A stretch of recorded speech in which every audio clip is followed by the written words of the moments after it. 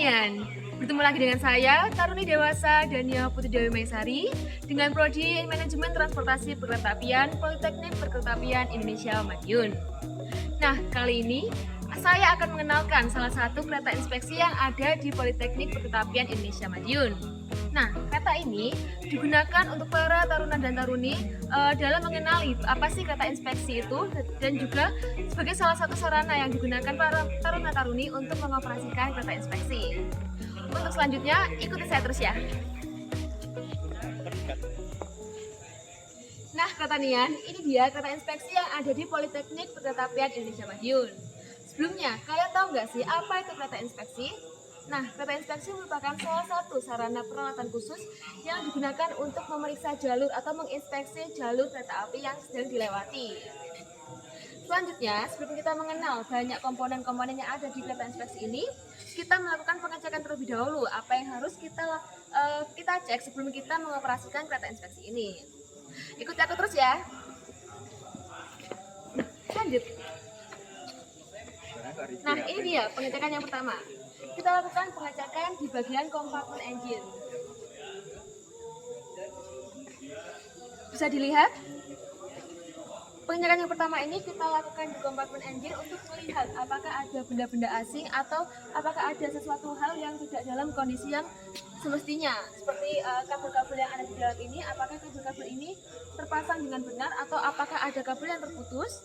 Kemudian kita juga cek di bagian dalamnya apakah ada benda asing yang masuk ke dalam ruang mesin ini. Dan selanjutnya kita cek juga pada bagian tangki bahan bakar ini. Kita pastikan bahwa volume yang ada di dalam tangki ini itu sesuai dengan kebutuhan dari kereta inspeksi ini. Selanjutnya kita lakukan pengecekan di bagian coupler. Nah, coupler ini merupakan salah satu komponen untuk merangkai dari kereta inspeksi ini. Kita cek bagian coupler ini, kita pastikan bahwa bagian-bagian dari coupler ini tuh dalam kondisi yang normal. Kemudian kita cek juga pada bagian selang ini, kita pastikan di dalam selang ini tidak ada yang menyebabkan kebocoran. Selanjutnya kita juga lakukan pengecekan di bagian wiper dan juga lampu depan ini. Kita pastikan bahwa semuanya dalam kondisi yang aman dan normal. Selanjutnya kita cek di bagian radiator. Nah, ini dia bagian radiator dari kereta inspeksi. Bisa kita lihat radiator yang ada di dalam ruang mesin ini. Kita cek di bagian radiatornya apakah ada kebocoran dari radiator ini. Kemudian kita cek juga di bagian ini apakah ada suatu benturan yang terjadi di radiator ini. Jika ada, kita harus memperbaikinya agar tidak terjadi hal-hal yang negatif pada radiator ini, agar radiator ini tetap bisa bekerja dengan semestinya untuk bisa menjaga suhu dari mesin kereta inspeksi ini.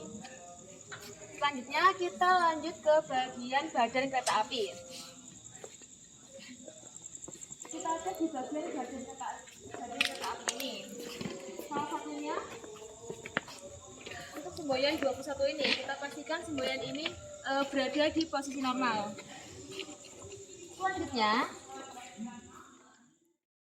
Selanjutnya kita lanjut ke bagian bawah dari rangkaian kereta api atau biasa disebut dengan underclaim. Yang pertama kita lakukan pengecekan di bagian brake shoe. Nah, brake shoe ini kita pastikan bahwa keausannya itu minimal 10 mm atau 1 cm. Kemudian kita pastikan juga stop block di bagian bawah kereta ini terpasang dengan benar. Tapi untuk mengoperasikannya kita harus membuka stop block yang berwarna kuning ini. Kemudian kita cek juga di bagian silinder brake. Selain itu ada juga auxiliary reservoir dan juga ada brake pipe dan juga ada main reservoir. Kita pastikan bahwa semua bagian-bagian di bagian rangkaian bawah kereta ini dalam keadaan yang normal dan juga bisa berfungsi dengan baik. Kita cek satu persatu dengan cara tunjuk sebut. Kita pastikan bahwa semuanya dalam kondisi yang aman. Selanjutnya ada juga main reservoir ini. Nah, pastikan bahwa keadaan ini dalam kondisi yang baik dan juga normal. Selanjutnya juga ada knalpot. Nah, ini knalpot dari kereta inspeksi ini. Sama, kita juga pastikan bahwa knalpot ini juga dalam keadaan yang normal. Selanjutnya kita lanjut ke bagian pintu dari ruang mesin ini. Nah, pintu ini juga penting. Kita pastikan dalam keadaan pengecekan ini, nanti pintu ini bisa tertutup dengan rapat. Seperti ini, kita kunci nanti agar pada saat kereta inspeksi ini dioperasikan, pintu ini tidak membahayakan sinyal-sinyal yang ada di sepanjang jalur kereta api ini. Selanjutnya kita masuk ke dalam kereta inspeksi ini. Nah, pertanian, sebelumnya kan kita udah nih mengenal di bagian luar kereta inspeksi ini. Seperti contohnya di bagian depan, bagian bawah atau underframe kereta, dan juga di badan keretanya. Nah, selanjutnya nih kita akan masuk ke dalam kereta inspeksi ini. Jadi ikuti aku. Nah, sebelumnya nih di pintu ini, kalau biasanya di rumah biasa kan gagang pintu ini ditekan ke bawah. Berbeda dengan kereta inspeksi. Kalau di kereta inspeksi ini, untuk membuka pintunya kita tarik ke atas seperti ini contohnya. Nah, selanjutnya kita masuk ke bagian dalam. Yuk. Nah, keretanian, saat ini kita sudah berada di dalam ruang kabin masinis. Yang pertama, saya akan mengenalkan salah satu yang biasanya digunakan oleh masinis, namanya meja pelayanan. Yuk, ikuti aku.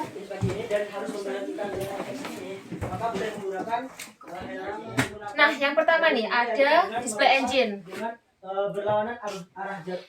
Display engine ini biasanya masinis gunakan untuk menyalakan mesin dari kabin masinis. Yang selanjutnya kita ke arah master control. Di sini ada dua tuas yang biasa digunakan masinis. Yang pertama ada power command dan juga ada reverser handle. Power command ini digunakan untuk memberikan tenaga dan juga untuk melakukan pengereman. Apabila didorong ke depan ini untuk memberikan tenaga, dan juga apabila ditarik ke belakang ini digunakan untuk pengereman. Ada 7 tingkatan yang digunakan untuk pengereman, dari tingkatan 1 hingga tingkatan 7. Yang tingkatan 7 ini adalah tingkatan untuk pengereman yang darurat. Kemudian reverser handle ini digunakan untuk mengubah arah laju dari lokomotif kereta inspeksi ini. Selanjutnya kita ke arah indikator penunjuk. Di sini ada beberapa. Yang pertama ada speedometer. Nah, speedometer ini digunakan untuk menunjukkan seberapa besar kecepatan yang dilakukan oleh kabin masinis ini. Kemudian ada fuel meter. Fuel meter ini merupakan indikator penunjuk berapa sih volume bahan bakar yang tersedia di tangki kereta inspeksi.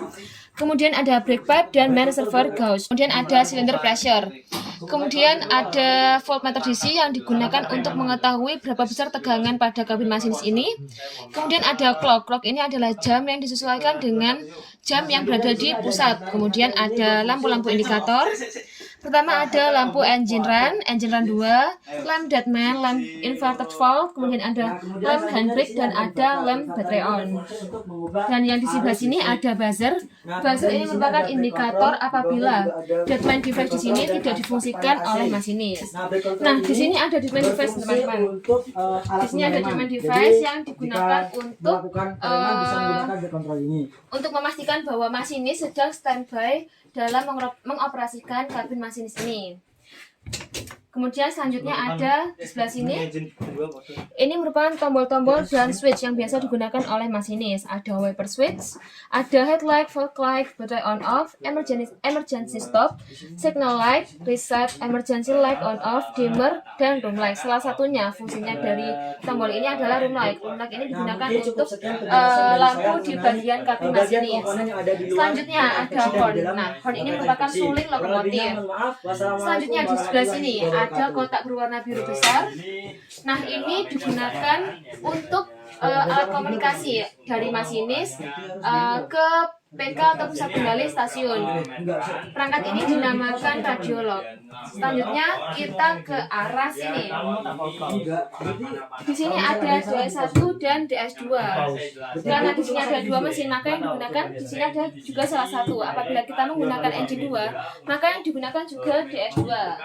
Kemudian kita lanjut ke arah sini. Di sini ada yang dinamakan brake control. Nah, kita lakukan pengecekan di bagian brake control ini. Kita lakukan pengecekan apakah brake control ini dalam keadaan normal dan juga dapat berfungsi sesuai dengan semestinya. Selanjutnya kita tutup lagi apabila sudah dilakukan pengecekan. Kita lanjut ke arah sebelah sini. Di sini ada emergency brake yang digunakan sebagai pengereman secara darurat. Kemudian kita lanjut ke arah sana. Brake pipe dan juga Nah, selanjutnya di sini ada panel kontrol. Di sini adalah perangkat kelistrikan. Untuk menyalakan kabin masinis ini, kita lakukan ini nyalakan saklar dari arah kiri ke kanan. Di sini sekitar ada 9 saklar. Dan apabila untuk mematikan mesin dari kabin masinis ini, kita lakukan dari arah kanan ke kiri. Selanjutnya kita ke arah sini. Di sini ada handbrake. Handbrake ini kita gunakan dalam pengereman darurat. Apabila dalam keadaan darurat, kita dapat menggunakan handbrake ini. Selanjutnya kita ke arah sini.